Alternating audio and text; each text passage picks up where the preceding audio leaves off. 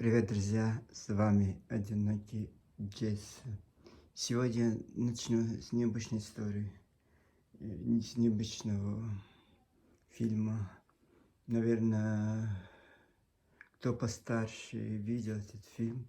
Вот для меня, когда я смотрел, я был молодым парнем, оно оставило в моей жизни незабываемое впечатление, потому что, знаете, страдания ничем не повинных людей, это каждому человеку, это что-то близкое, и сопереживать болью и трагедией. Вот Холокост, вы знаете, да, после Второй мировой войны весь мир узнал, что был Холокост, и миллионы граждан еврейской национальности были во время Второй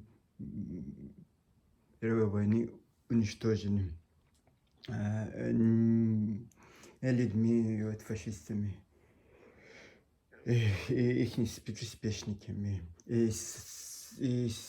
Война в наших советских умах, нам кажется, началась в 1941 году, но она началась в 1939 году, когда Гитлер и Сталин заключили между собой договор и решили захватить Польшу.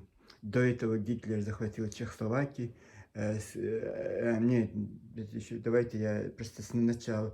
Но знаете, это просто внимательно послушайте и до конца, потому что я не могу в течение 5 минут все это вам рассказать, чтобы вам было удобно все это, вот это. Просто посмотрите, это полезная информация, и вот так и нужно обобщаться. Вам не надо это читать, искать, просто я хочу на примере вот этого списка Шиндлера вам передать свой список ингушских, как называется, кавычках, патриотов, но яростных чеченофобов, провокаторов, лжецов. У меня свой список Шиндлера. И я начну с вот Германии сперва не оккупировал в этот был аншлюз с Австрии, потому что Германия немецкий, Австрия немецкий. И потом после этого знаменитого аншлюза была вот эта Судеты Чехословакии, где проживает немецкое население, и Гитлер решил взять эти Судеты, захватил территорию Чехословакии тогдашние. Весь мир смотрел, и вот потом аппетиты растут, никто ничего не говорит, и вот они договорились с коммунистами, этим Сталиным, и вот этот Гитлер и Сталин захватили Польшу в 1939 году. Вот эта история основана на страданиях евреев, вот именно Варшавского гетто. Весь мир знает об этой трагедии, потому что в самой Второй мировой войне было такое отчаянное сопротивление вот в Варшавском гетто, когда сотни тысяч евреев просто и так их расстреливали, убивали, и что хотели с ними делали, но они подняли восстание. И вот даже вот стояли рядом русские войска, вот эти сталинские, вот эта Красная Армия, вот они даже не пришли на помощь этим жителям в Варшаву. Вот такие твари были. И сейчас, конечно, кто-то в кабинетах, наверное, знаете, человеческого, вот это, и мир узнал, что было Варшавское восстание, и вот русские стояли там рядом и не помогли этим отчаянным людям. Вы знаете, сотни тысяч их убили потом. Вот это, им вот список Шиндлера, именно об этом Варшавском гетто, и вот об этом. И я не обвиняю русских советских войск, потому что это такая политика была. Не то, что позже евреев спасать. Сталин до этого в 1937 году чистки, там, не знаю, враги народа. Он миллионы советских граждан расстрелял, а для него это 100 тысяч, 200 тысяч вот этих евреев, которые подняли восстание в Варшаве. И это для него не было ничего. Ну, вот так я просто, как человек, я осуждаю вот такое поведение людей, когда ты можешь спасти людей, даже не попытались. Главное, захватили территории Польши, а вот помощи никакого не было. И вот, чтобы вы поняли, это очень важное событие, потому что, почему у меня возникла такая аналогия с ингушами? Потому что тогда я подростком, я до этого читал дневник Анны Франк, который оккупации в городе Амстердаме. Они тоже, вот семья еврейская пряталась, короче, в чердаке где-то они прятались от этих немцев. Тоже еврей и маленькая девушка написала дневник. Но этот дневник все знают, на весь мир это известно. А вот именно про это Варшавское гетто не так было известно. И когда свидетели вот этих, конечно, много было свидетелей, но они их отправляли Освенцим. Там рядом был Освенцим, и вот вы знаете, да, этот концлагерь Освенцим. Их, короче, других стран тоже эти евреи приводили, но вот в Варшавском гетто, которые были, они были все обречены на смерть. И вот этот Оскар Шиндлер, предприниматель из Чехословакии, в Варшаве, вот это, возле этого Варшавского гетто, организует предприятие эмалированной посуды, да, это как это кастрюли, вот это, как это, типа такое. И вот этот там, и он этих евреев, у него был тоже, как сказать, вот этот,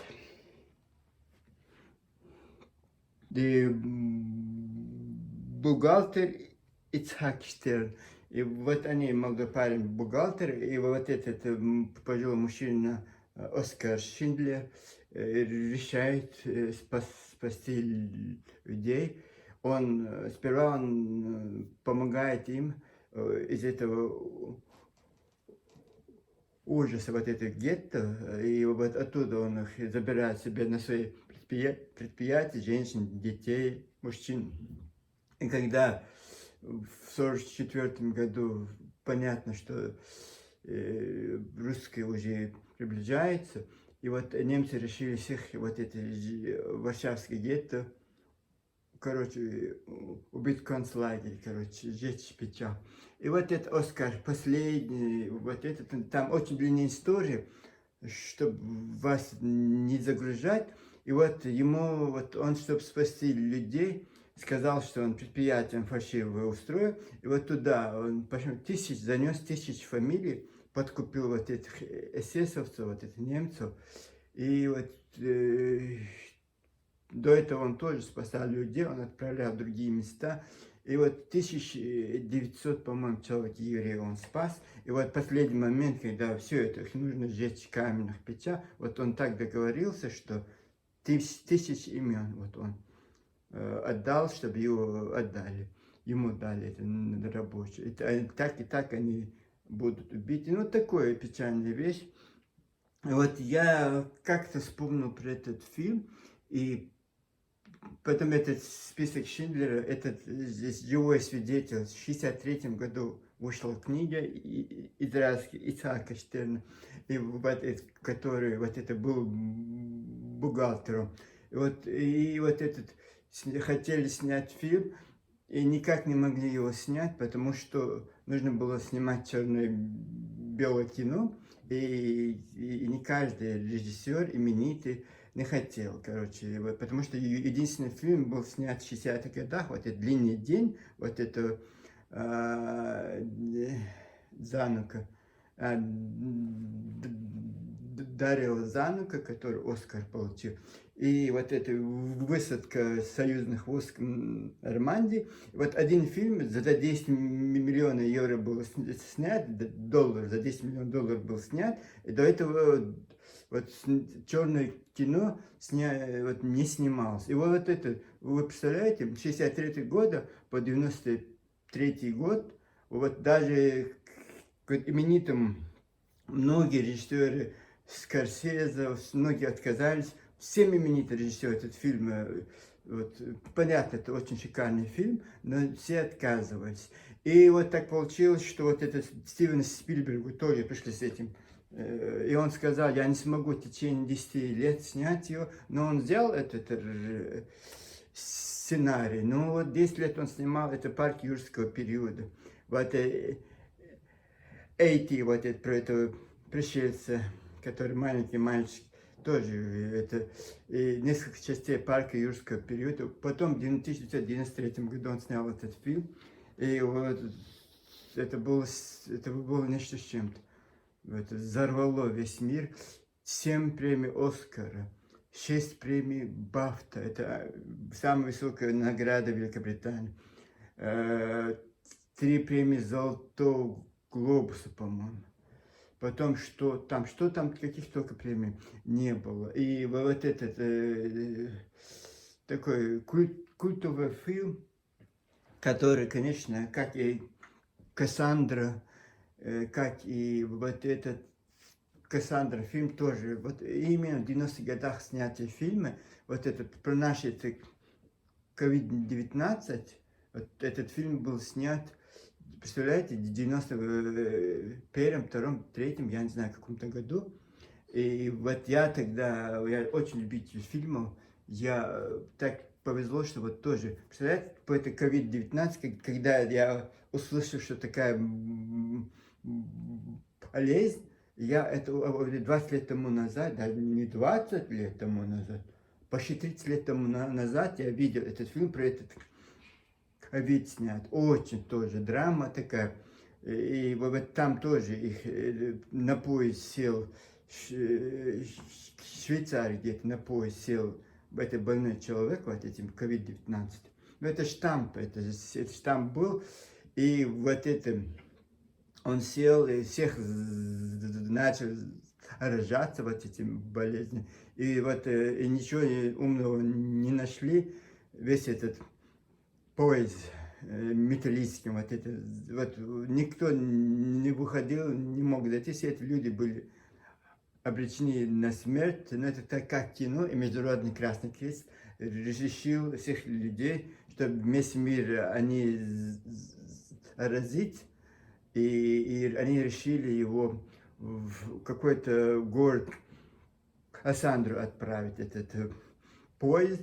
И вот оказывается, там же тоже как-то пересекается вот этим Варшавским гетто, там тоже узник Варшавского гетто, еврей на этом поезде был, и вот он-то знал, что это там нет дороги, вот это Кассандру. И вот он рассказал, что там нету дороги, что там есть мост, который второй разбомбленный немцами мост, который после Второй мировой войны не используется. И поезд решил туда отправить, чтобы всех их там убить, короче. Этот поезд пришел бы на этот мост, и люди, там конца мост был разбомблен во время Второй мировой войны. И вот такая драма, тоже такая, волосы дыбом, и вот переживаешь. И вот такой вот это. И вот этот список Шиндлера, весь мир это знает, что вот есть существует такой список Шиндлера. Но я сегодня хочу вам представить ингушский список Шиндлера. Но они хотят всегда быть на высоте, они хотят, чтобы о них говорили. И почему бы нет, если Бог их создал, чтобы вот их же есть вот этот новелла с разговором с Богом, который в 2004 году они издали. И вот Бог их создал. И почему и давайте мы перенесем вот сегодняшнего вот это ингушского вакханалии на этот список Шиндлера, но ингушского. Я вчера просто подумал, может, действительно, там надо очень хорошо снять это. И у меня же есть эта биография всех этих ингушей, которые провокаторы, чеченофобы, заблуждающие овцы, отчаянные сумасшедшие домохозяйки, комсомолцы, комсомолки. Короче, весь этот пласт вот этой ингушской интеллигенции, неважно, он репортер, режиссер, писатель, искусствовед, но они все, у них одна идея, Ингушетия. И вот э, вот я понимаю этих евреев, которые попали в сложные, тяжелые ситуации в жизни, и они только из-за того, что принадлежат вот этой расе, их уничтожали, жили. Вот никто в наше время не пытается уничтожить этих мужчин, никто в наше время не собирается нападать эту маленькую, малюсенькую республику Ингушетии. Никто не хочет их никто их брать в плен, порабощать там. Никого в голову не приходит что-то ингушское там, так такого ничего и нету. И в этот, да, никому дела до этих мужчин нет. Но, но есть одно, но рядом живут чеченцы, почти родственный род, который своими веками доказывал, кто они такие. У них, и как это бывает, очень музыкальная культура, литература, очень все на высшем уровне. Сотни этих певцов. Это просто когда имущие бегали по этим институтам, а кто-то Сенароеву оканчивал Омский какой-то институт, а это Нурдин Кадзоев Томский. И вот они бегали по всему Советскому Союзу, типа кошки, чтобы иметь в карманах, и вот оканчивать, вот я не знаю, зачем в такие далекие места поступать тоже, где рядом Москва, Волгоград. Вот они вот так вот все вот это ходили, когда они ходили все имущие, как цыгане там, типа учились. А наши чеченцы жили вот в своих шале, Ведено, Урс-Мартане, Мартане, Грозном, Толстой юрте, Автуря. И вот народное творчество процветало. Они, да, многие вынуждены были зарабатывать деньги. Шабашки-то, понятно, это была классика, но вот музыкальные люди вот именно творили, находились в Чечне и все творили. И вот так получилось, что у нас очень просто тут на сотни лет у нас музыка, песни, все вот это. И кому не лень, просто переводят на свой язык, используют в своих вот этих, потом говорят, нет, это не ваш, это наш. Вот этот Башлам Чимай, вот я, вот это Башлам Чимай тоже разбачает этих армейцев. И с одной стороны, это правильное название, Арни, это сказки. Мне по-моему, 2 или 3 часах вот эти сказки Арни, советую посмотреть, тоже хороший фильм, молодежный детский фильм. И вот так, такие вот эти. И потом, знаете, понятно, вот евреи преследовали того, что по национальному признаку. Вот у них, вот этих мужчин, вот ради этой национальности они готовы на все. И вот я сижу и думаю, вот на все готов. Кто-то готов на провокации, кто-то готов на фальшь, кто-то готов лгать, врать, фальсифицировать. Вот все вот спасатели мужчин. Как я сказал, никто не собирается их порабощать, никто не собирается у них отнимать этот жалко их кусочки этой истории. Истории так таковой не было, потому что я вам это в 5 вот этих частях рассказал, истории мужчин, которые не было. Где я вот описывал вот эти Сенеру, это Дельхигова, это Чабиева, этот Базор, всех я рассказал. Но давай сегодня вот начнем список Шиндлера и Ингушей, провокаторов, чеченофобов, экстремистов, как можно угодно сказать, наглецов, омерзенных личностей, аморальных типов. Вот все, что вот лжецов, гунов, вот это давайте начнем. Начнем с самых порядочных. Мне кажется, это очень удачно. Кто-нибудь знает, типа писателя, историка Магомеда Албагатиева.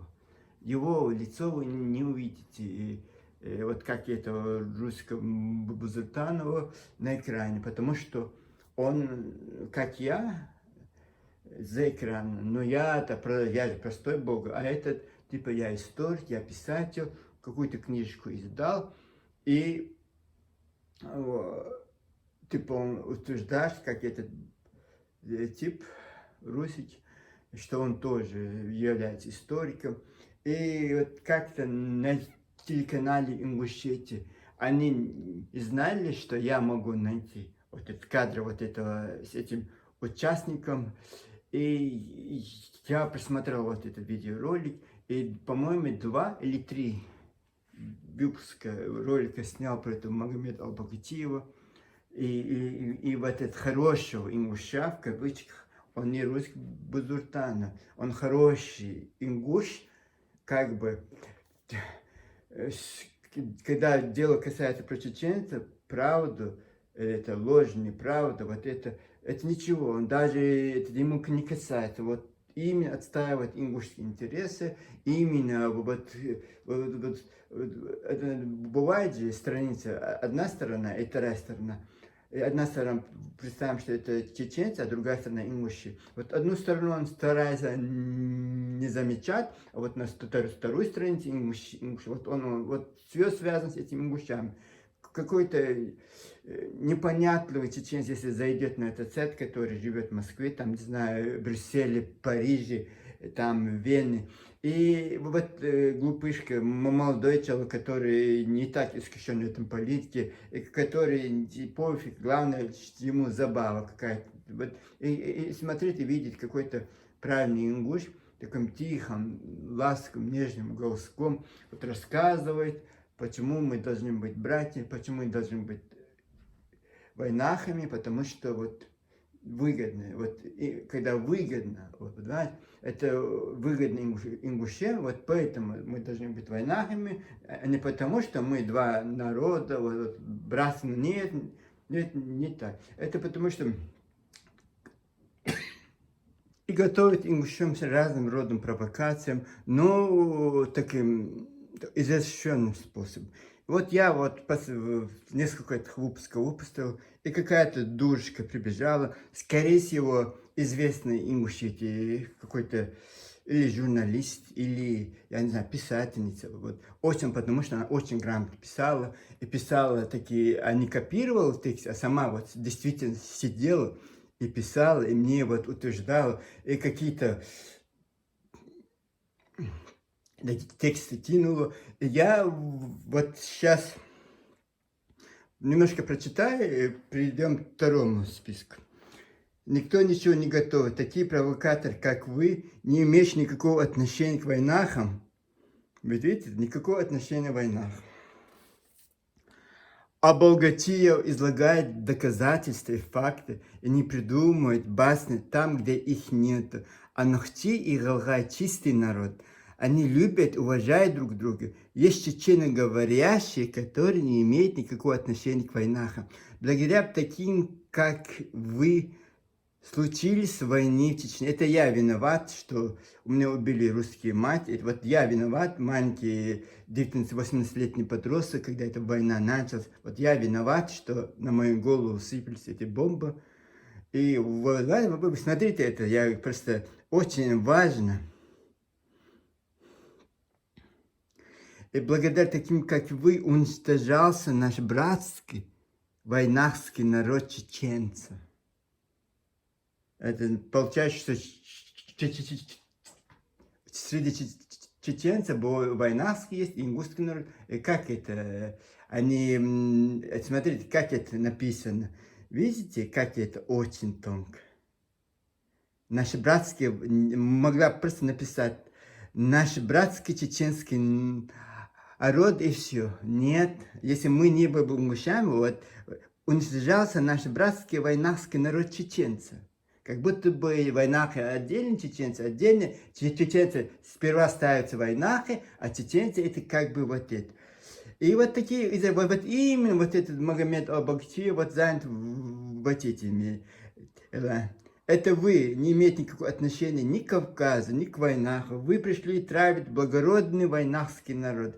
Ингуши от природы благородные, образованные, а богачи очень порядочные и пишут доказательства и факты. Почему обидно чеченцам? Смотрите, она сперва говорит, что вот, поняли, да? Что ты не имеешь никакого отношения к нам, это провокатор. А потом говорит, уже начиная, когда слово идет про ингушей, вот тогда, да, они от природы благородные, образованные, а богачи их не светило. И почему обидно чеченцам за правдивые истории?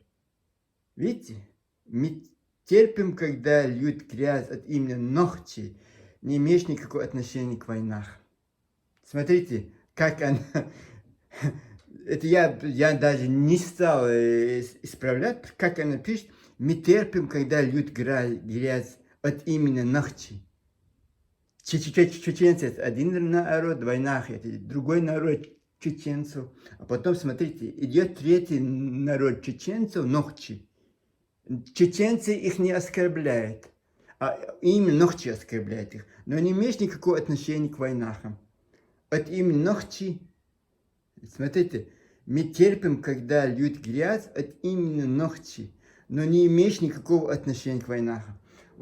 Какая-то головоломка. Вы поняли, да? Вот в войнах ногти не имеют никакого отношения к войнахам. Вот чечены тоже так бы от слова войнах, вот так. Для чего? Без всякого сброда, который сегодня выступает от имени ногти, мы в войнах знаем, кто есть кто. Мы, братья, каждый из нас живет в своем доме, а история прошлого у нас одна.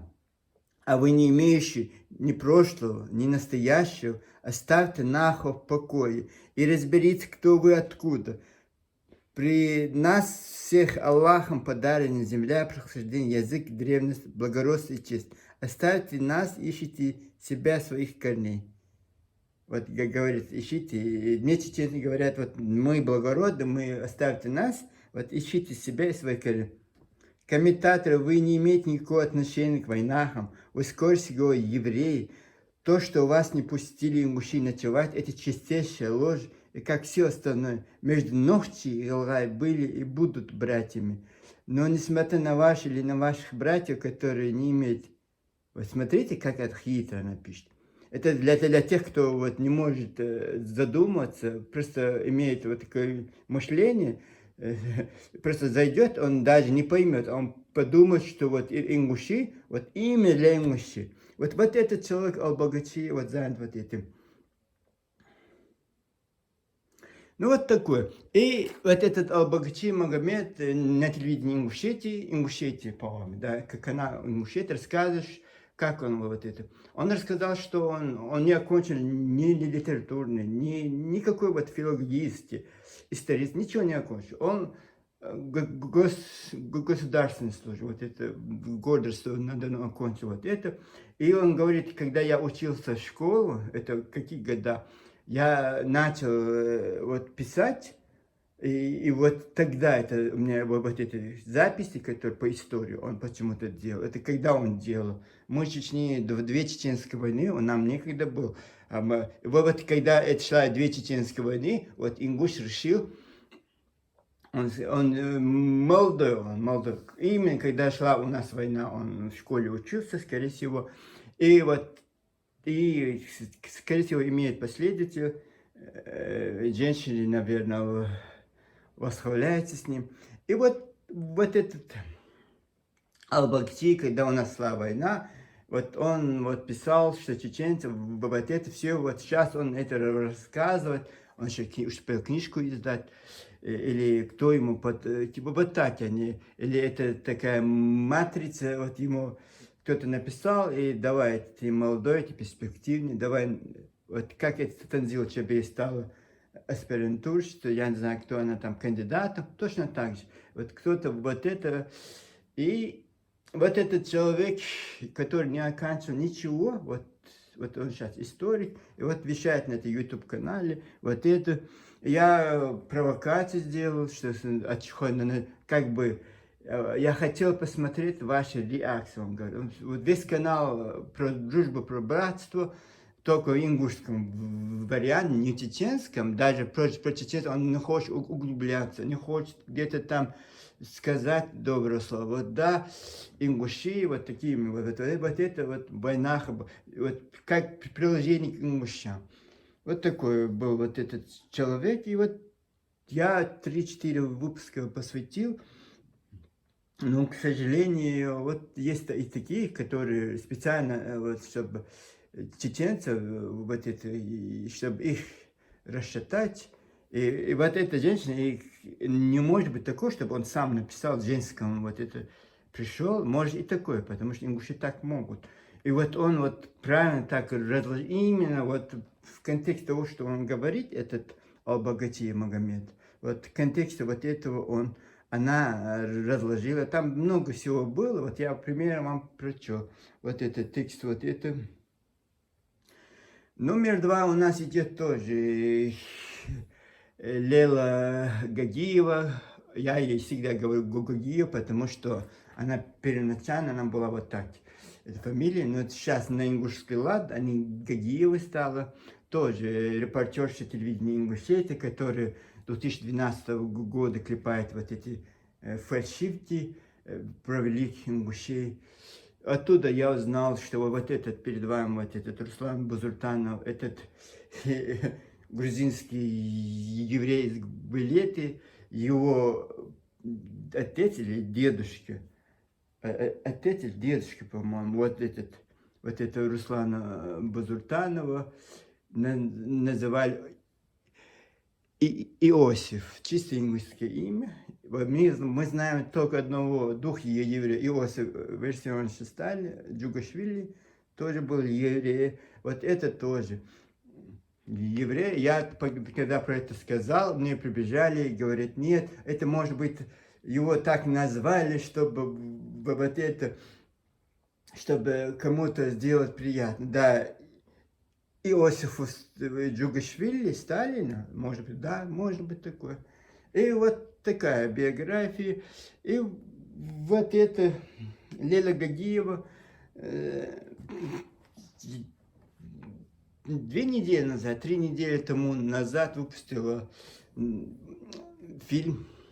А так-то она много гадостей сняла, но вот типа фальсификация истории, конечно, это без этого никак. Вот последний раз она выпустила, когда в споре какая-то блогерша из Северной Осетии накинулся на этих ингушей и сказал, что вы были подсобниками фашистов во время Второй мировой войны. И Артем Плато там возбудился, и потом это Лейла Гагиева схватила и решила спорить с осетинами, туда сунуть чеченцев, и выпустила скандальный фильм 1985 года «Ингуша», вот это провокатор, который снял этот фильм, редактор, режиссер Гостелерады ЧССР, вот этот.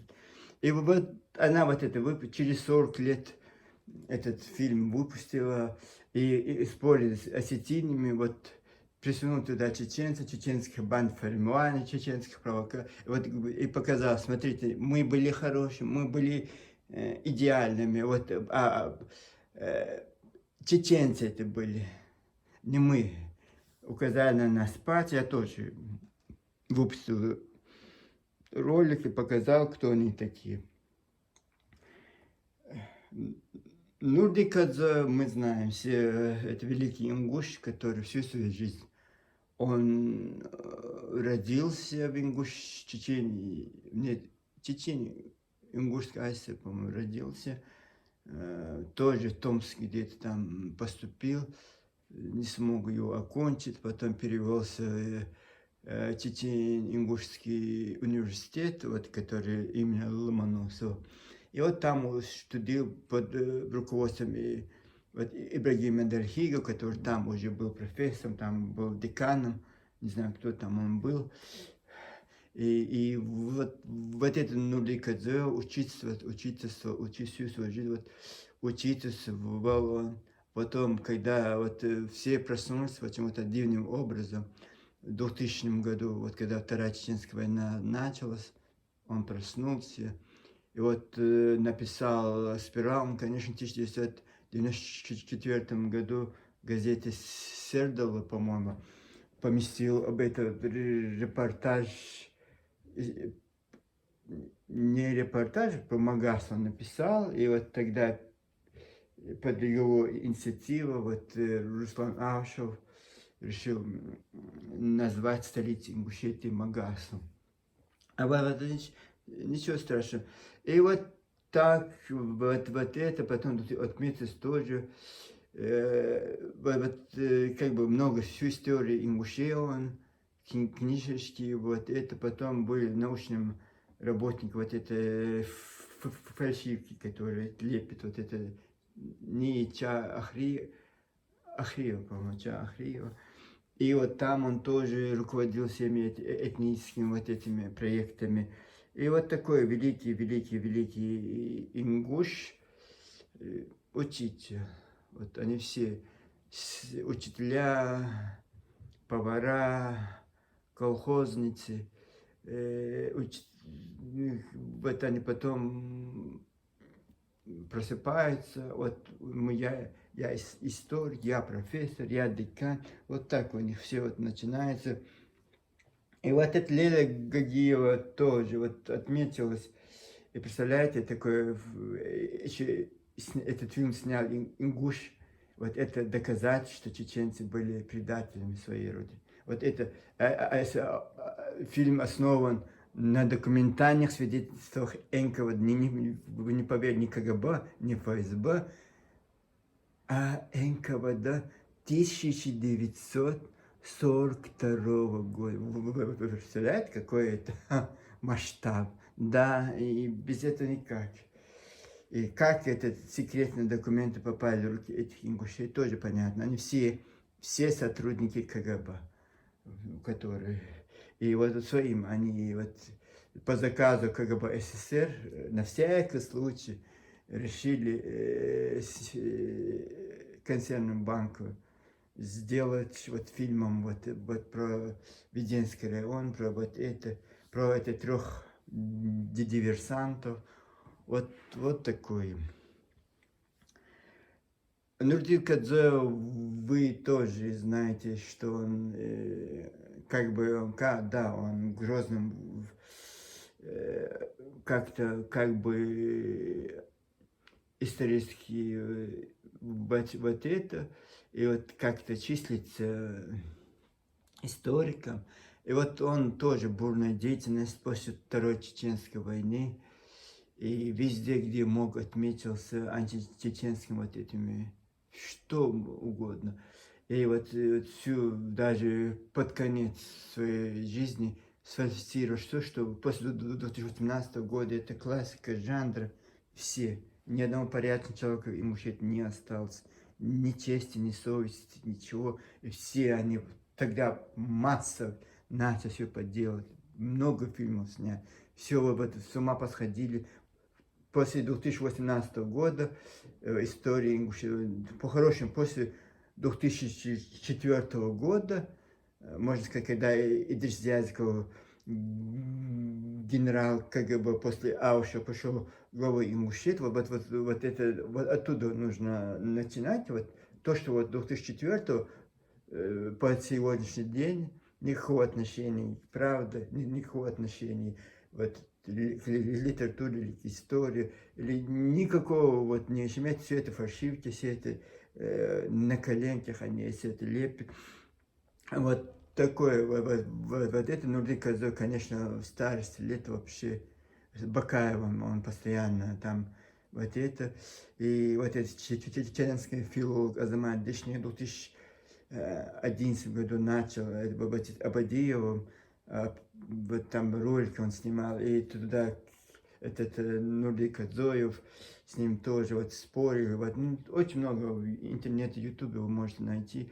И сказать, что вот, да, не самый честный человек, потому что если ты вести историк, ты бы не учительствовал. Ты сразу же, ты же, как это Танзила Чапиева тоже, ты же аспирантуру, ты же оканчивал, и ты мог бы спокойно сразу же в 88-м, 89-м быть историком. Там была возможность чуть-чуть быть историком. В Грозном ты находился бы. И тем более твои друзья, этот Ибрагим Дальхигов под покровительством, где-то что-то ты мог бы. Нет, ты просто учительствовал. Получал эти 70 рублей, все нормально, все хорошо. И вдруг проснулся в 2004 году, когда этот КГБшник пришел, он дал им задание, и все, и дал сроки им, давайте, и стучал, вы что, вы все спите, и давайте все вперед, будем делать то, что мы сейчас делаем, это будет наша история. И одни все рванули на форсаже вперед таким семимильными шагами. И самый легкий путь какой? Они жили в Чечне, Ингушетии, знают, все чеченское переписать просто по-ингушски и поменять песни, и слова, тексты поменять, и все, и вот так. Даже это до них уже было, это, они же арт под 88 года же, они же готовились, они же в 89 году в втором съезде Ингушетии, потом в 91 году, в третьем съезде Ингушетии, они уже знали, что они будут, им все, они идут в Чечне, Ингушетии, и вот они решили все прихватить с собой, все это уже тогда они все это переводили на свой вот это, танцы, песни, все вот это. И вот такой. Идрис Абадыев, что сказать, вот он знаменитый эпос написал в 2004 году, говорят, Нурди Кадзой ему продал вот эту книжку, которую написал, сделал, и вот за 16 тысяч долларов. И вот этот отметился вот этим своим шедевром, ну, как сказать, ну, вы знаете, да, мы просто сейчас не будем повторяться, потому что очень много имен, очень много, десятки, и мы не сможем идти вам подробно все это рассказывать.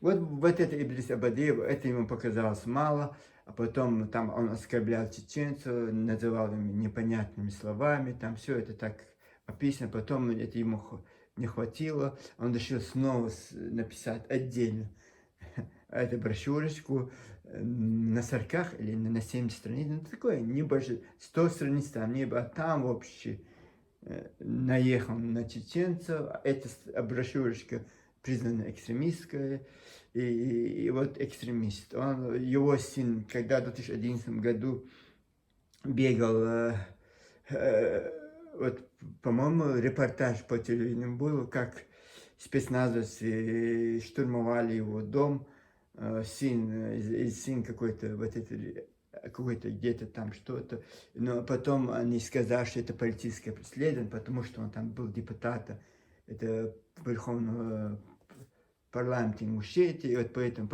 сказал политически, 2 раза он задерживался, короче, уголовное прошлое имеет, и 2 раза он задерживался, и его отпускали, потом 3-й раз, когда в 2018 году вот это был, тоже снова задержали, и потом вот этот Фортанга оппозиционный, вот типа оппозиционный, это такая все эти журналисты, которые непорядочно там собрались, вот они сказали, что он против этих давал показания, непонятно, но все равно своя собака, вот такой.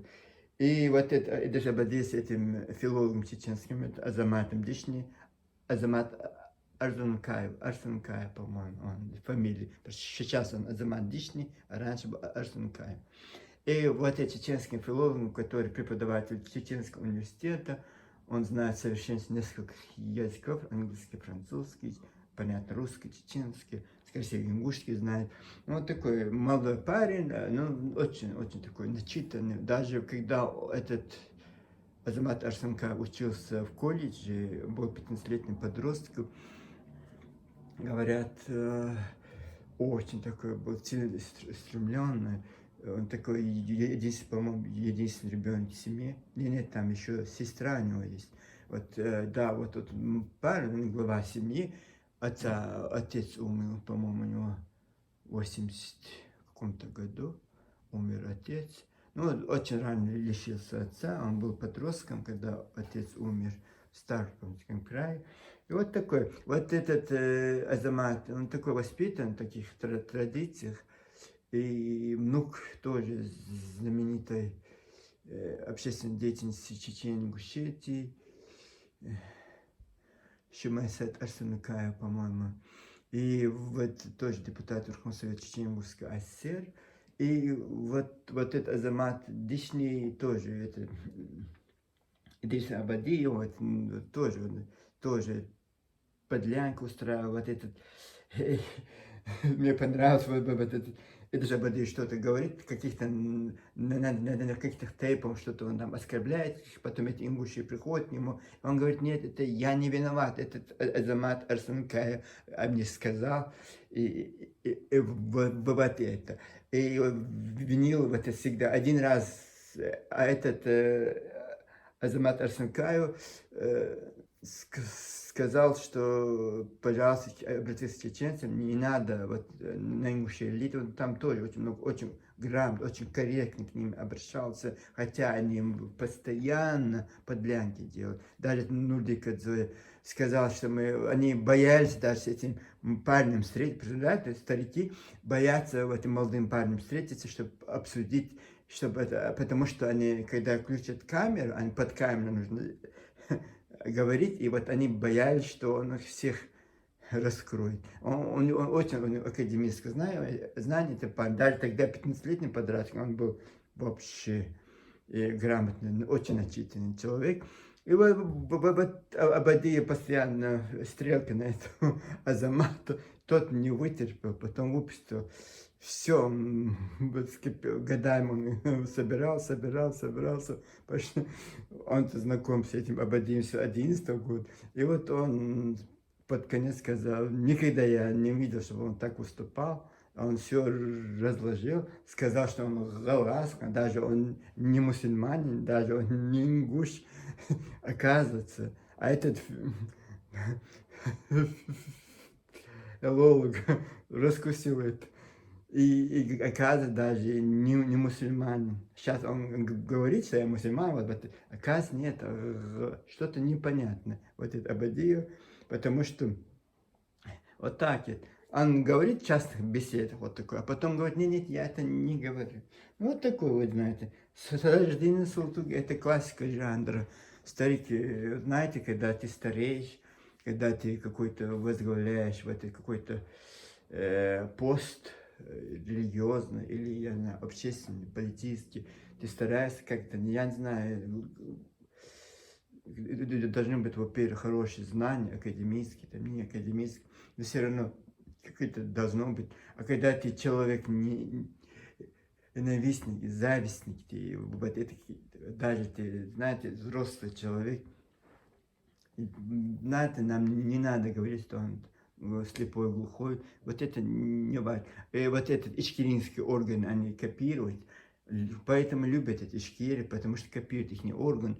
Вот этот совет Тайпа, вот эти мушети, очень зашкваренный человек, сколько он гадит, сколько он вот это не написал, не сказал, самый знаменитый его высказан, когда Владимир Путин сказал, что чеченцы и ингуши одни братья, один войнавский народ. Этот пожилой мужчина со злостью, с пеной во рту начал утверждать, что Владимир Владимирович, мы ментально разный народ. Конечно, ментально разный, потому что ваша история, мы знаем, какие вы были хорошие соседи, какие вы были братья. На словах, да, на словах мы, это же бесплатно, это не нужно. А вот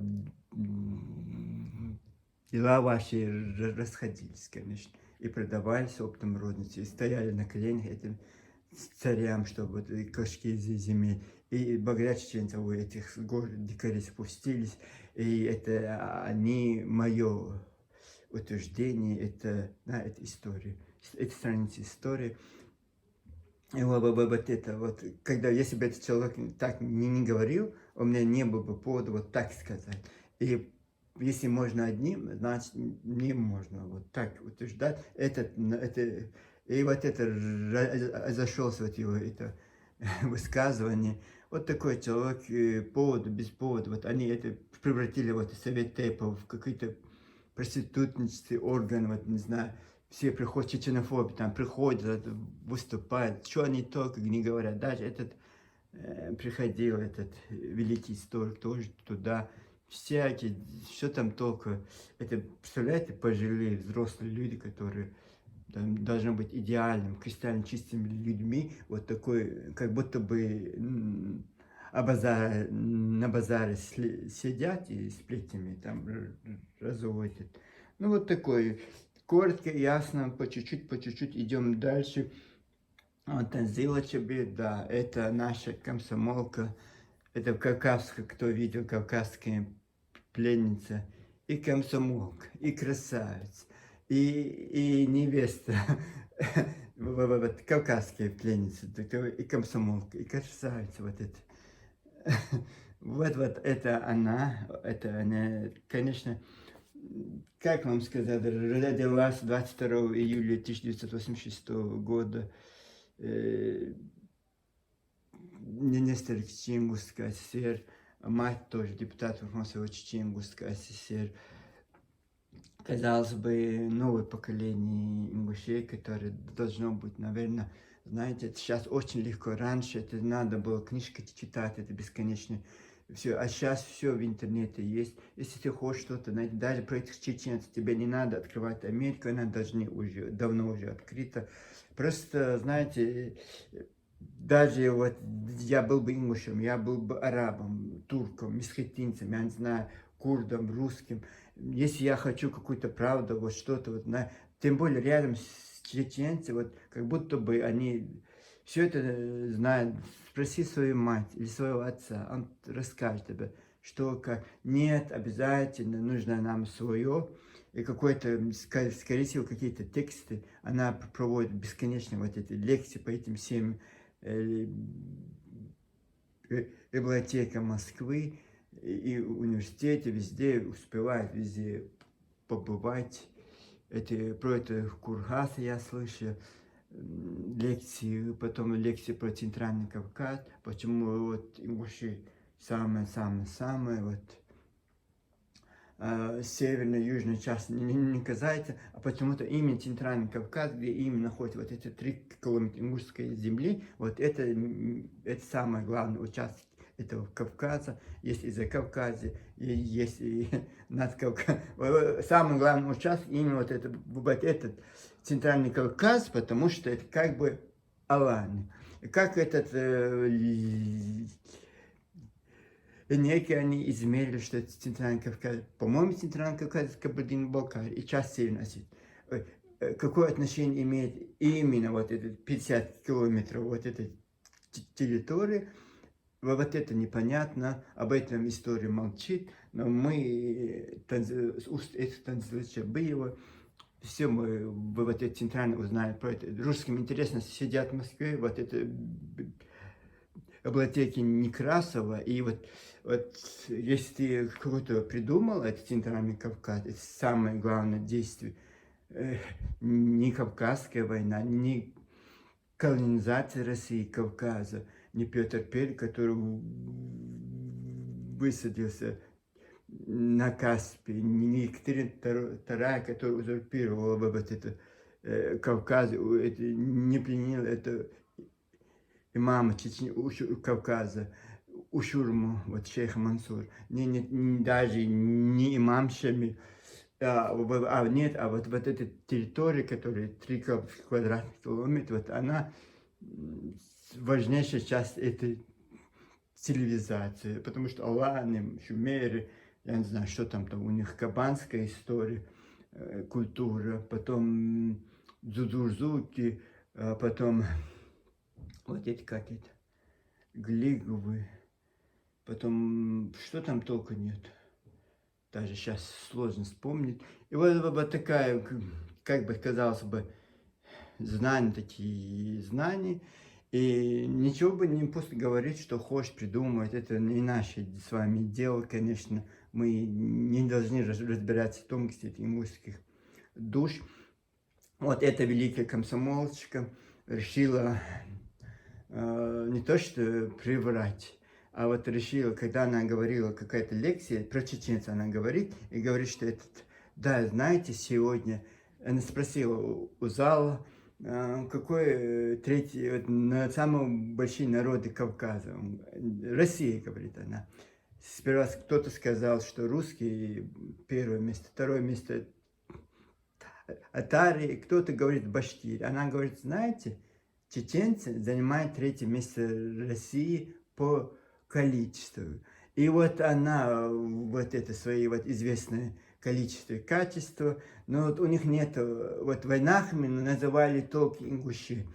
А чеченцы это как бы не понимаю, даже она, представляете, она на полном серьезе стоит и расскажет, что у чеченцев не было тэпа, только у ингушей были, потому что они древние, они автохтонный народ. Вот это было. Потом я думаю, сейчас эта лекция она прочла среди русских, сейчас, скорее всего, выкатит свою тяжелую артиллерию, придет какое-то телевидение, что-то сказать. Вот этот знаменитый его подкаст, вот это в Вайкасте, вот она решила свои 1,5 часа античеченской вот это тезисов выкатила. И вот тоже я снял несколько роликов про это. Знаете, сейчас нет это в данном вот фрагменте это рассказывают. Но такая лгуня, можно сказать, гуна, лжеисторик, лжеэтнограф, только исследует Ингушские горы.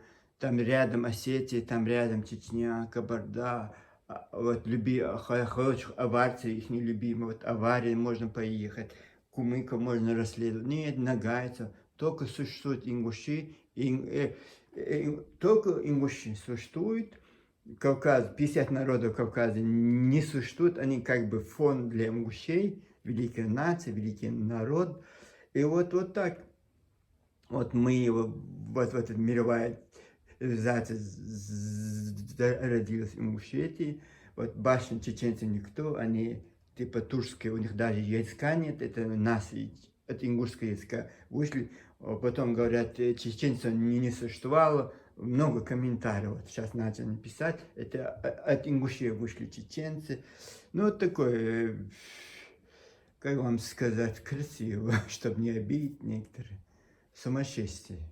Интересно, в срочном порядке нужно, там больница психическая, говорят, на Назране она нет, нужно построить, нужна палата, больные люди,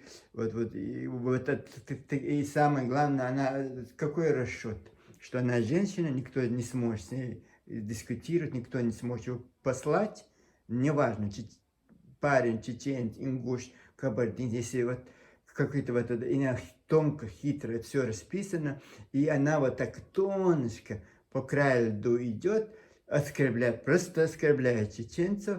Это для любителей ингушей, чеченцев, которые любят ингушей и считают их братьями, любить в войнах, вот, для них это ничего, просто она там говорит, ну и что сказал, это же девушка, она такая красоточка, мне тоже, это чеченцы прибегают, даже ингуш, они из-за этой Танзил Чаби, много чеченцев стали ингушами, у кого мать ингушка, они сейчас считают, вот под этим постом мой этот знакомый прибежал, всю жизнь был чеченцем, потом Елою, моя мать Елою, и этот Аслан решил стать ингушом и защищать честь ингушских девушек. Знаете, пусть честь этих ингушских девушек защищают их братья, тем более вот это Танзиль Чабиева есть брат, она знает, что нельзя вот так, если ты общественное пространство, когда ты дома, ты мать своих детей, ты защищена нашим законом, никто тебя не укажет, никто ничего не скажет. Но когда ты все это перечеркиваешь, выходишь на общественное пространство без платка, с платком или видом платка в 80-х годах носили эти платки, как сейчас Танзила Чебиева носит. Вот, это в 80-х годах носили так вот, в советское время, когда безбожники. Тогда при коммунистах носили так мусульмане платки, сейчас так не носят. Мусульман по-другому одеваются, тело не подчеркивают, я не знаю, фигуру не подчеркивает. И вот я вот такое скажу, и сразу возбуждается. И вот она как-то, если я когда смотрю на эту Танзила Чаби, мне кажется, Тамара Янде 80-х годов. Вот как будто бы замороженный, законсервирован. Да, вот это законсервировано, и вот такой всякий бред несет про чечен, и это безнаказанно, все вот это сходится. И вот это ничего, это не надо на это внимание, это доктор, кандидат доктор исторических наук, вот такой бред несет. И вот такая комсомолочка наша. Я не знаю, почти 10 роликов про это Танзила. Не 10, 5-6, по-моему, будет роликов, посвященных про это, часовых про это Танзила Чабиева. Но вот многие ролики даже я не поставил, потому что посчитал, что не хочу лишний раз возбуждать людей. Из-за этого Танзила Чабиева мне угрозы. Я не знаю, в газетах помещали, они искали меня там, кто знает. И самое главное, какой-то кусочек, какой-то, конечно, я если сейчас говорю, что-то скажу, я же не могу это убрать, монтировать, это лайв, все лайв идет. Из-за этого одно слово я что, потом поменяю все свое вот это нет. Такие люди, это общественное пространство. Ты сказал А я всегда говорю, футбол это два ворота. Если ты говоришь А, тебе скажут Б. И вот так это, не в одни ворота играет футбол, две ворота. Да, хорошо, если ты хочешь, чтобы тебе уважением относиться, ты тоже таким же уважением должен относиться к другим. Зная, что у тебя есть отец, зная, что у тебя есть мать, зная, что у тебя есть братья, двоюродный брат, троюродный брат. Понятно, зная, ты должна быть идеальным человеком, чтобы никому в голову не придет, мадам Чабиева, тебя, вот, если ты порядочный человек, и ты, да, говори про ингушет, мы никаких претензий не имеем. Да, можешь придумывать, но зачем вот на нас лить эту грязь? На чеченцев, и на чеченской республике. Вот ваш, вот это.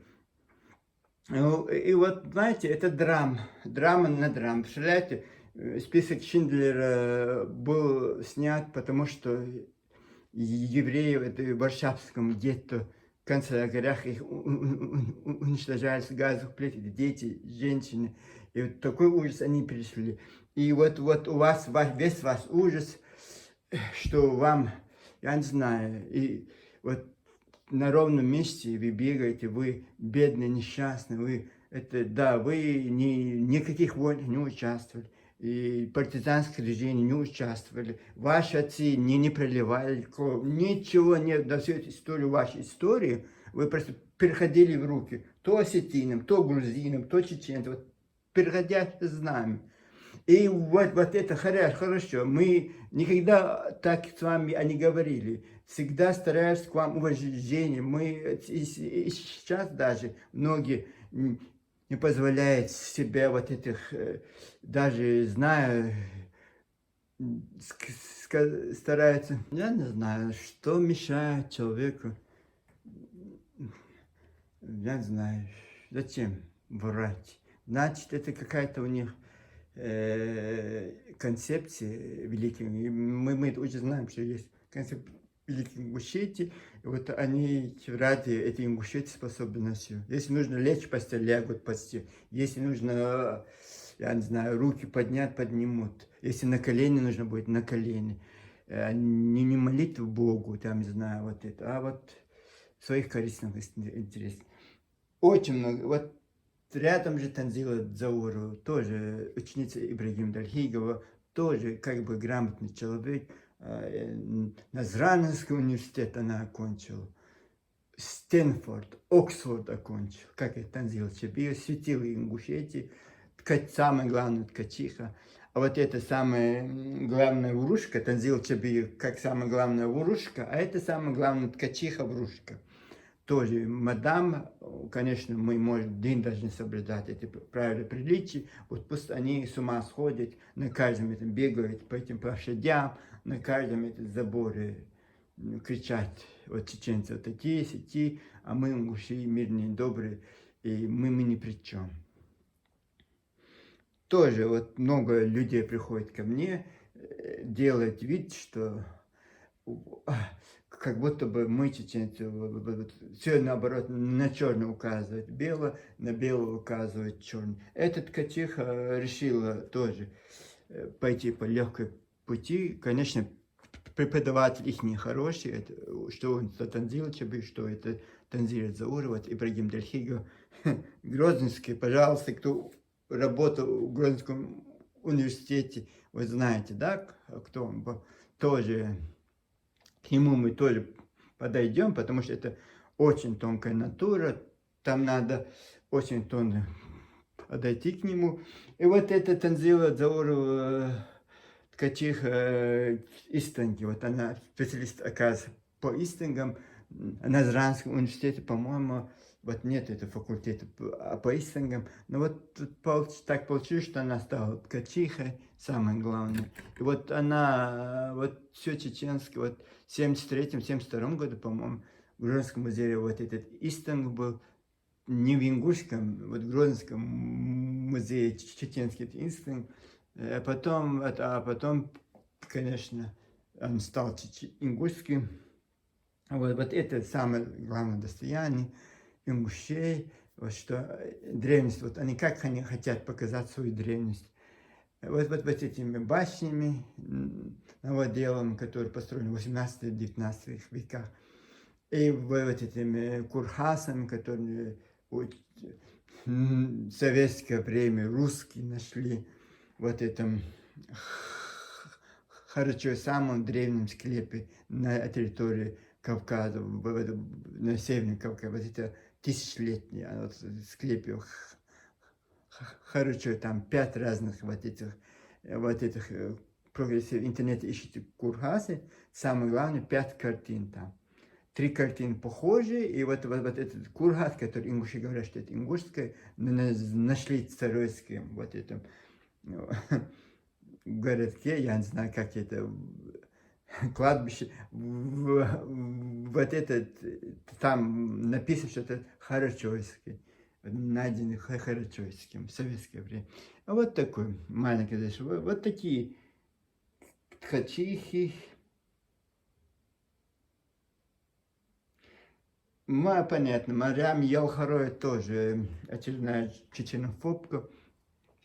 И, как бы сказать, родилась в Казахстане, там двухлетнем, трехлетнем возрасте, в 61 году, по-моему, родители приехали в Грозном, обустроились там. Это в 73-м, 72-м году окончила школу, 56-ю, по-моему, 58-й или 56-й. Я просто, так как это не исторический блог и не профессиональный, просто я говорю, что я запомнил в своей голове, вот вам рассказываю. И вот все хорошо, все сперва была учительница, потом была заместителем директора, потом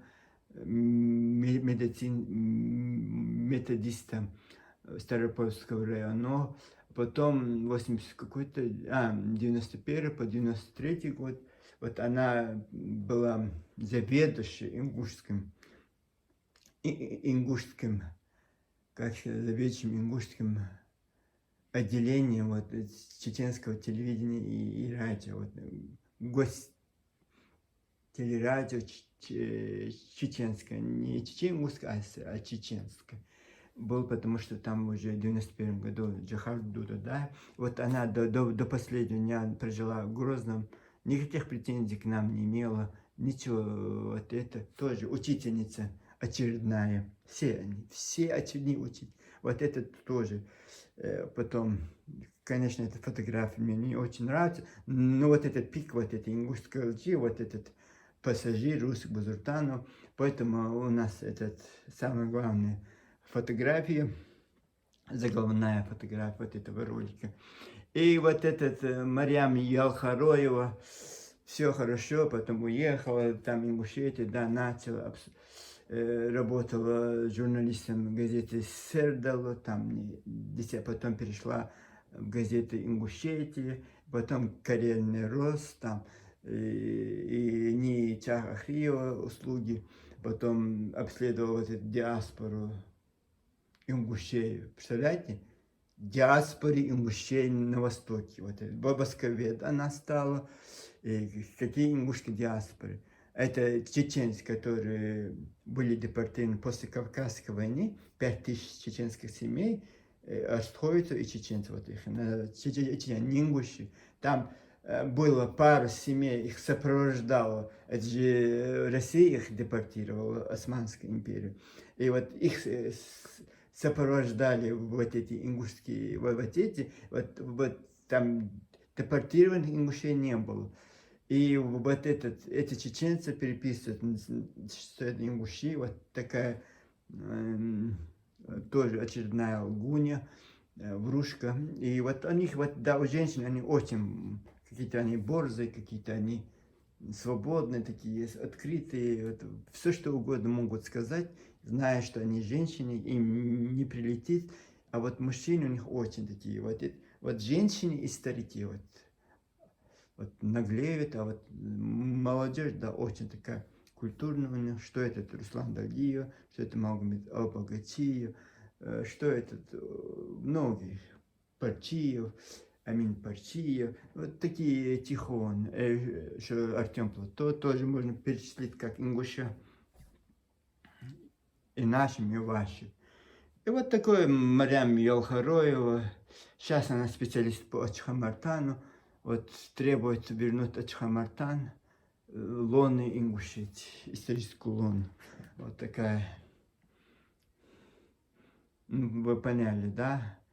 Такой карьерный рост учителя, заместителя директора, методиста РАНО, руководитель отдела Ингушского радио, и вот потом журналистка Сердало, потом Ингушетия, потом Восковед, через нее Ахрия. Вот такая ярая чеченофобка, ненавидит, потому что приехала до 1994, когда началась война, приехала в Чечению, Ингушетию, и вот она не может простить нам, чеченцам, что мы отделились от России, и ее карьера там, лишилась карьеры. Вот это, да, в Грозном это не то, что Азране, там в Грозном на широкую ногу можно было и с русскими, и, знаете, и контакты заводить. Везде красивые бульвары, набережные реки Сунжи, там кинотеатр, театр, там красивая жизнь была, конечно, в Грозном. Сейчас вынуждены Азране проживать, это Магаси, пригород Азране, это Магас у них. И вот вынуждены лечить жалкое существование. И вот, конечно, винят всех своих бед этих чеченцев. Руслан Дагиев – это молодое поколение ингушских патриотов, сын знаменитого ингушского деятеля Мусы Дагиева. Этот начинал с Исой Кадзоевым. Друга Иси Кадзоева. Я не знаю, в начале вот они были вместе, потом их пути разошлись. И вот когда Исой Кадзоев, вот этот сын его, Руслан Дагиев, пришел брать интервью, представляете, 30 лет они общаются со своим знакомым, тот пошел в бизнес, и вот как что-то с ним, какая черная кошка пробежала вместе с дружеским отношением. И вот так вообще перестали общаться. Вот все они уехали, вот эти первые, вот эти революционеры, ингуши, Сенор Бексултат Магомедович, вот этот Очень много вот этих людей. И самое интересное, богатырь Бенбулат Ирсоевич, вот все они вот первые революционеры почему-то, когда произошла республика Ингушетия в 92 году, все уехали ни с чем. Вот. И вот эти все захватили другие ингуши. Конечно, Ингушетия — это маленькое место. Вот в Грозном, да, можно было развернуться. Министерство, все. Вот этот Бейбулат Бак всю жизнь в Министерстве агроном сельского хозяйства работал. 60, представляете, 60 годов он этот карьера Министерства сельского хозяйства. И вот потом, вот в втором съезде Ингушей, в 1989 году, вот он вышел вперед с этим Сенаровым Бексултаном Магомедовичем. И вот они были вот этот локомотив.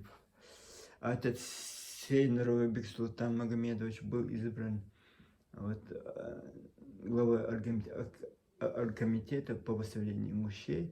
Вот тот 92 год, этот красной линии, черта, где они разошлись. Одни в одну сторону, другие в другую сторону, обратно в Москву.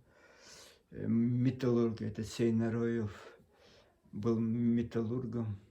И вот такие революционеры. Колхозницы, вот Ленин в революции в 17 году, точно самое, у них в 92 году была революция, вот этих учителей колхозниц, вот, ярок, вот эти. И общаться, все, такие великие люди, такие профессора, такие вот окончили университеты где-нибудь. Самый молодой вуз в России, знаете, какой? На Азранский университет. Самый молодой вуз в России. Самый молодой. Можно сказать, университет — это громко сказать, институт, может быть. Институт, техникум, может. Когда его сдали, он был техником. И потом институт перешел. И вот это, иметь в виду вот, база, это маленькое здание, вот как вот это. Вот так.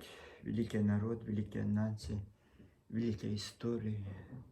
Нам до них далеко, конечно, очень далеко. Нам до этих высот очень далеко. Скорее всего, Руслан Долгиев, я сейчас закончу, потому что ролик очень длинный. Второй час мы снимем и вам расскажем дальше, кто, что, как, чему. Вот этот Руслан Долгиев тоже такой странный чел. Он пригласил Гойгова в свое интервью. Аслан Гойко, по-моему, Аслан Гойко, я не знаю, сейчас я, если честно, не смогу вспомнить. Ну, Гойко фамилия, он на подкасте, вот он говорит, знаете, этот Каргалинский, этот, как Щелковской и Нательчный район были отданы, выведены из состава Ставропольская, отданы Читингусская сел взамен пригород района города Владикавказ. Этот Гойгов ему говорит, он ждет, и вот он говорит, это нигде нет документа про это. Он был прав. И вот этот, интересно, вот этот, я тоже снял про этот ролик и объяснил вот этому колхознику, что, конечно, Назранский университет, это не Грозненский, не потому что я хочу вас ниже или считаю, что чеченцы это выше. Нет, это просто это сравнение количества качеств, как вы любите сравнивать нас. Мы вот точно так же сравниваем вас. И вот этот Руслан Долгиев решил очередную ингушскую ложу высказать. Даже ингуш постеснялся сказать, что это так. И никогда Ставрополь, он же говорит, Ставропольская, отсоединили и добавили Чечен-Ингушская Россия. Эти земли когда наши чеченцы ингушей депортировали в 1944 году, была создана Грузинская область. Вы, ингуши, к нам не вошли, вы были в состав Осетии. Вот Осетия имеет полное право, 13 лет все эти Назран, все это Коста-Хотыгурский район, все это вот, осетинское. И вот они имеют полное право вот, требовать вот, обратно к себе. Вы бы и не прочь бы туда пойти. И вот когда вас Грузии, Осетия отдали, вот многие чеченские земли вошли в этот грузинский район, сам город Грузин тоже туда вошел. Эти до Каспийского моря был. Раньше Дагестан не был, он тоже большой же не был. Вот эти земли Ставропольского края, земли вот это Калмыцкая ССР. И вот Грузинская область, она была, вот, когда в 1944 году вот эти земли находились уже в Грузинской области. Эта Грузинская область до нашего возвращения 1957 года находились, это Грузинская, 17 лет находились в Грузинской области. Из Грузинской области, это же раньше тоже была же, точно так же, когда Терская губерния была, тоже была Грузинская область. И вот это это была чеченские земли, обратно отданы чеченцам. Когда Грузинская область земли отдали дагестанцам, половина этой Грузинской области, они отдали дагестанцам почему-то. И вот это, то, что исторически на Грузинской области, это осталось чеченцам до колонизаторов, до вот эти чеченские населенные пункты. Там ни одного ингуша, они прожили даже в 92 году, вот знаменитый вот этот Богатырев Бембулат Березский сказал, что ни одного ингуша там не проживает, там проживают чеченцы, кумыки и казаки. Вот даже тогда, когда какой-то репортаж с газеты Сердалу, когда его спросили, что это замена, вот пригородный район, он сказал, что нет, это неправда, потому что там жили уже чеченцы. И вот такое это. И тем более у нас горные все районы они закрыли, туда людей не пускали, только Веденский, Ажиотовский, Щетовский, 3 района полноценно действовали. Вот и Калининский, Шаруйский, Чеберлуйский, Галанчевский, очень много районов было закрыто чеченских, и вот людей, вот даже ингушам предложили, когда они возвратились после депортации, если хотите, тоже можете там. Нет, они почему-то решили на чеченских землях Молгобека, именно на чеченских, из Суздальского района, вот больше вот там поселиться, и их это не касалось. А сейчас задним числом, конечно, мы все умные, это Руслан Долгий, очередной провокат, вот они так. Казалось бы, не провокация, казалось бы, на подкасте что-то сказано, и, конечно, бывает, а там это резонансно, это что, потом, чтобы думали, что вот это просто осетинские, вот, оценилисты, когда ингуши наши требуют этот пригородный район, сказали, вам отдано, вот это просто слова кто-то сказал, вот это вот они у них в головах, это засело, и вот каждый раз это транслирует эту глупость, транслирует это, а неправду всеми такими ходами, не ходами. И вот это такое тоже, не знаю, почему это Руслан Долгиев, вот это тоже новый ингуш, который Артем Игоревич Плато, тоже сколько у них сейчас терки идут, и постоянно стараются друг друга вот это оскорбить. Даже когда эта осетинка про это ему сейчас сказала, это Артем Игоревич пришел на мою страницу, где я про этого русского Долгиева, там небольшой репортаж. И вот он там написал, почему он не заступается за ингуши. Зачем меня спрашивают, откуда я знаю? Я же не могу ваши тонкие, я же не психолог. не могу залезть в ваши головы и понять, что у вас там. Вот такой. Сегодня был первый час знаменитого списка Шиндлера ингушского. Э, э, Надеюсь, вам понравилось. И вот имен очень много. Вот они всегда говорят: о, вы чеченцы, вы вот это, вы знаете, вы постоянно нас нападаете. Назовите хоть одно имя. Даже это Башлам, который сейчас за заставку Башлам я взял. Тимаев только по истории, только по делу. И он опровергает ложь этих арницев, этих ингушеговорящих. Это людей не до историков, не до профессоров, не до политиков, вот их не ложат.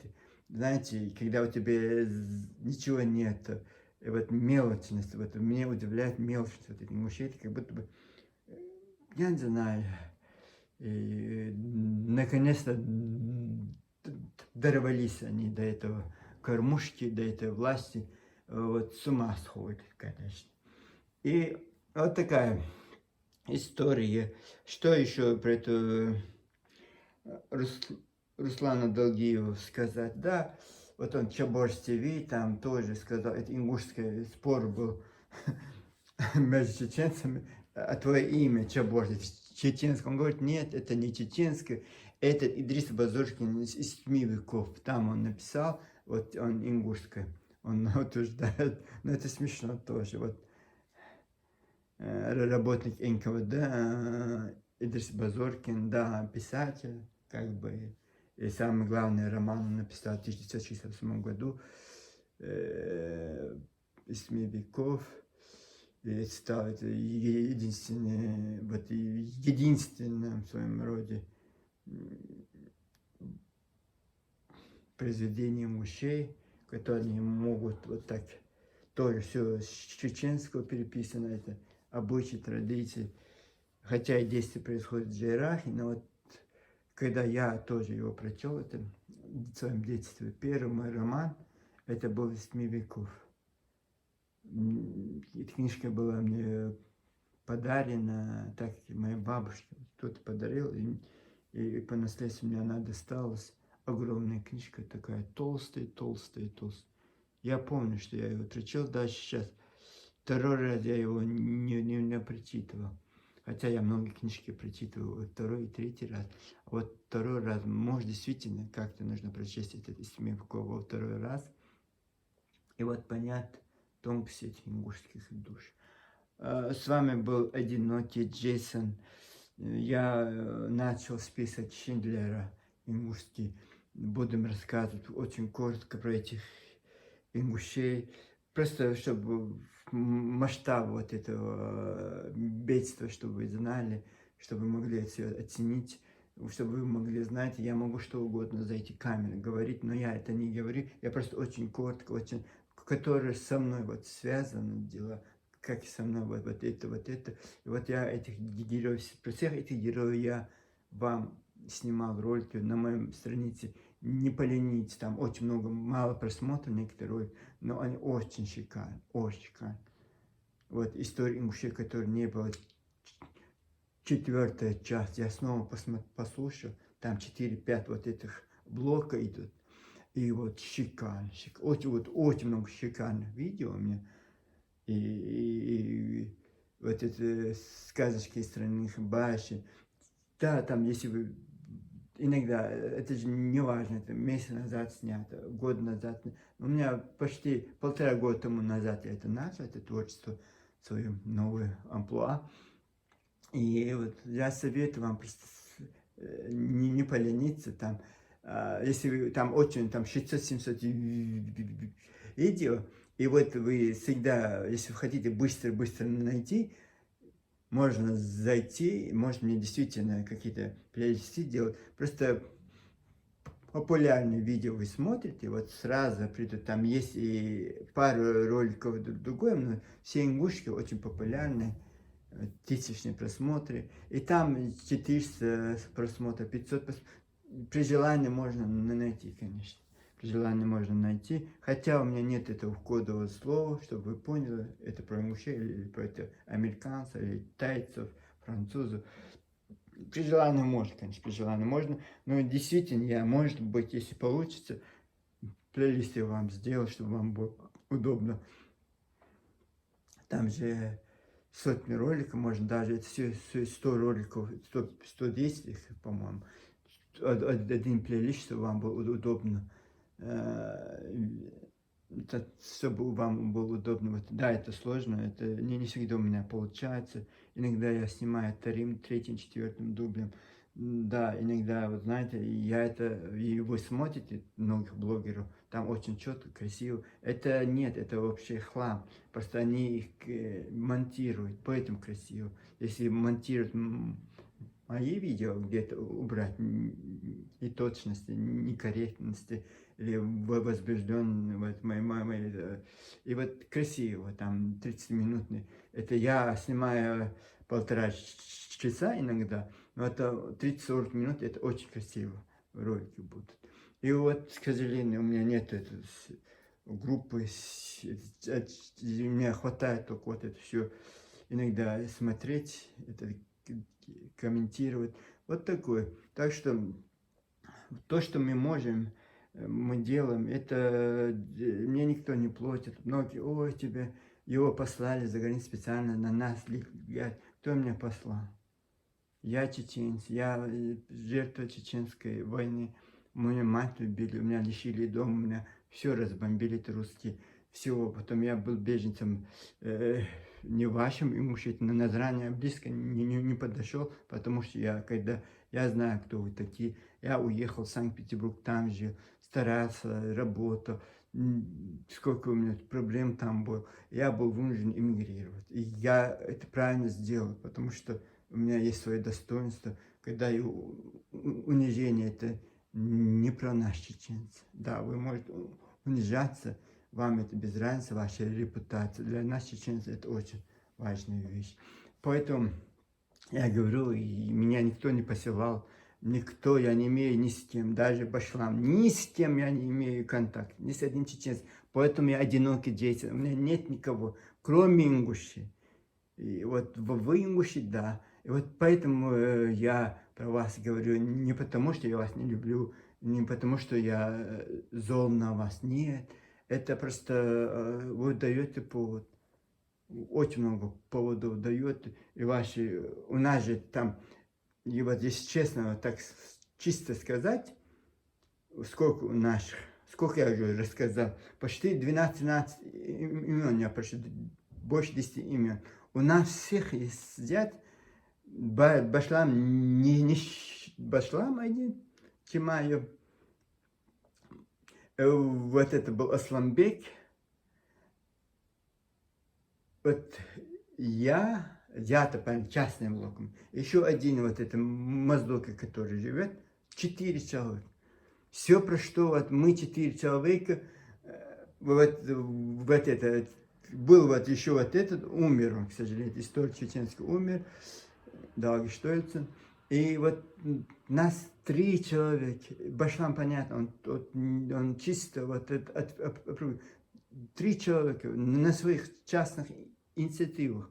Если вы бесплатно бегаете перед этих русских, нас обвиняете во всех этих грехах, почему мы, чеченцы, не можем любить свою родину? Почему мы не можем болеть душой и сердцем за свой край? Вот интересно у вас. Вот этот, он пришел, потом ему платят. Это, кто мне платит? Я сам зарабатываю. И зарабатываю неплохо. Вам бы такие деньги не снятся. И высокий доход. Поэтому я разъездил. Поэтому я говорю, я послушать одинокий Джейсон. Вы меня лица не видите. Потому что если кто-то был бы рядом со мной, вы бы видели мое лицо. И я бы вот про это рассказывал. Просто у меня такой бы одинокий Джейсон. Я просто только один человек со мной общается, и то он в Ингушетии постоянно находится. И я говорю, я ни с кем не общаюсь. Мне никто не посылал, вот еще ему все эти тексты пишут. Кто пишет? Я сам писатель. Кто мне пишет эти тексты? Вот знаете, у меня, Красноярский, Я могу часами разговаривать, иногда, не всегда. Это, знаете, как трудно 5 минут сесть, о чем-то сказать. И вот у меня хватает вот из-за этого вы боитесь еще и на русском языке. Да, мой язык не самый идеальный, но вот боитесь всего вот это. Вот такое. И знаете, не вам не указывать, что делать, как делать. И не надо сочинять про меня. Я же неизвестный человек. У меня десятки тысяч подписчиков нет. 700 подписчиков. И то они, знаете сколько? Америки сотни находятся. В Таиланде находится вот это 400 подписчиков в Таиланде, 200 подписчиков Америки, и вот русскоязычных 100 человек нет. Даже 100 человек. И вот вы не думаете, что я даже, у меня есть Инстаграм, у меня есть вот этот, у меня нет этих, только я ВКонтакте и Ютубе, вот этих. Никто мне не звонит, ни с кем я не советуюсь. Вот, ну, это время, знаете, для себя оставляйте, для своих вот это лопухов. Идиота тут нет, идиота, знаете, идиотизмом страдаете там, это ваше личное дело. Ну, такое, я говорю, вот такое, пока-пока, с вами был «Одинокий жизнь». Я хочу сейчас быстро закончить, потому что это без конца. Конечно, сейчас желательно бы мне снять дальше, но вы не сможете осилить вот такой формат длинный. Поэтому я еще прерываюсь, потому что тоже, это же и язык тоже очень сложно говорить. Это, хорошо, что сегодня они простужены. Очень много бывает, просто потому что окна открыты постоянно. Я люблю свежий воздух в квартире. Вот такие дела. Пока-пока. С вами был Одинокий Джейси. Мире добра всем вам. Счастья и доброты. Пожалуйста, не обижайтесь. И если человек что-то хочет вам сказать, до вас достучаться. И это, знаете, мы не дети, поэтому взрослый разговор. Если вы несовершеннолетний, не нужно тут сидеть и что-то там писать или слушать. Тут вот для разговора для взрослых. Так что не нравится, идите дальше. Там очень много блогеров. У меня нет вот этих данных, что вам... Я не девушка, я не должен кому-то нравиться. Вот это я не пойму вас, товарищи мужчины. Почему я должен вам нравиться? Вот это я не хочу понять. Иншаллах. Я надеюсь, как вот включу камеру, буду себя показывать, буду говорить. Очень много у вас разочарования будет, товарищи мужчины. Я просто осилю это, осилю камеру. Все возможности у нас есть. Хорошо, что можем себя позволить. Пока-пока. С вами был Одинокий Джейсон.